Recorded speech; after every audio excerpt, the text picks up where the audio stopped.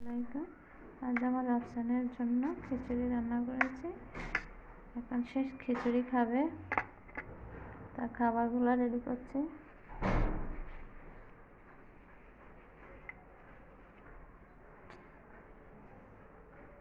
আমার বাবুর খিচুড়িগুলো নিয়ে যাচ্ছে।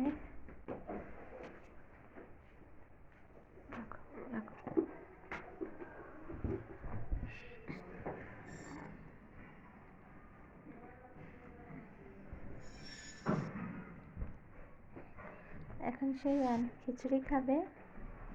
বিসমিল্লাহ।